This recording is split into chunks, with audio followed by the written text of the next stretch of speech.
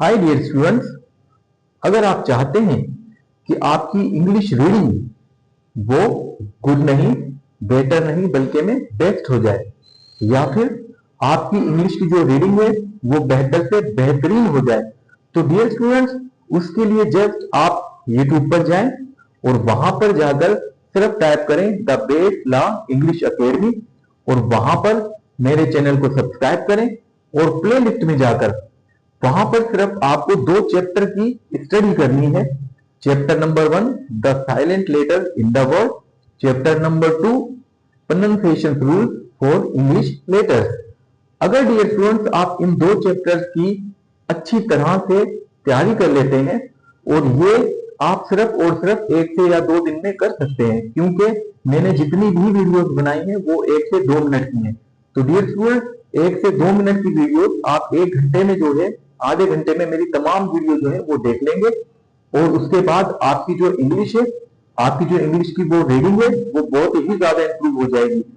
और इंप्रूव होने के बाद आप मुझे कमेंट करके जरूर भी बताएं कि पहले कितने परसेंट आपकी इंग्लिश की जो रीडिंग थी वो इंप्रूव थी और अब कितने परसेंट जो है इंप्रूव हो चुकी है।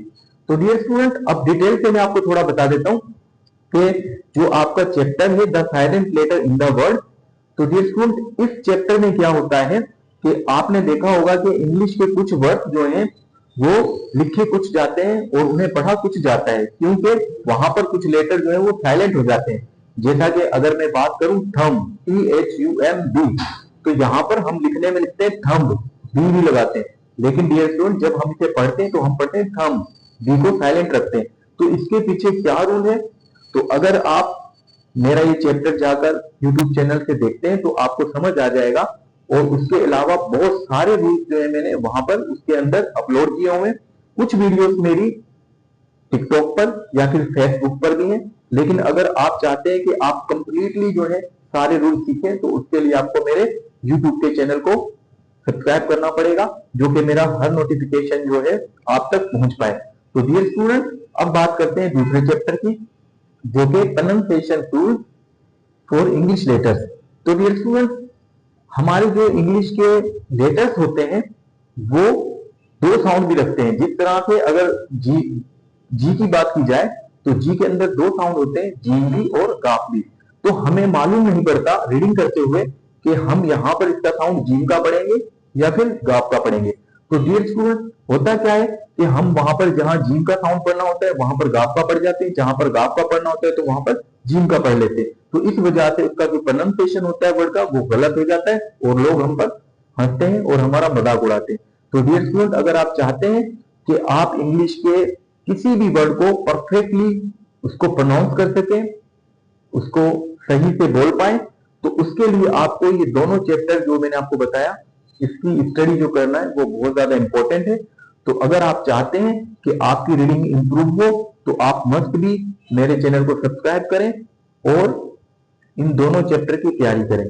तो डियर स्टूडेंट तैयारी करने के बाद आप मुझे कमेंट जरूर करना मेरे चैनल पे कि आपको कितना फीसद यानी कि इंप्रूवमेंट हुई रीडिंग के अंदर, इंग्लिश रीडिंग में।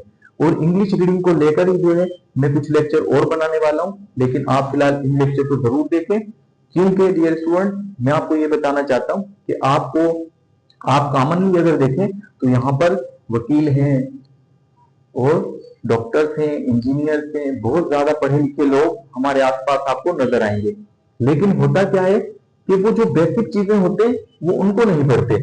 तो डियर स्टूडेंट ये हमारी बेसिक चीजें हैं जो कि हमें पढ़नी चाहिए, जिससे हमारा कॉन्फिडेंस जो है वो बिल्डअप होता है और हमें पता लगता है कि किस वर्ड को हमें किस तरह से जो है वो पढ़ना है। अगर हम रीडिंग में इस वजह से भी कमजोर होते हैं क्योंकि हम सोचते ये रहते हैं कि ये वर्ड इस तरह से पढ़ूं, इसको साउंड गाप का देकर पढ़ूं या फिर इसको साउंड जीम का देकर पढ़ूं अगर लेटर जी हो।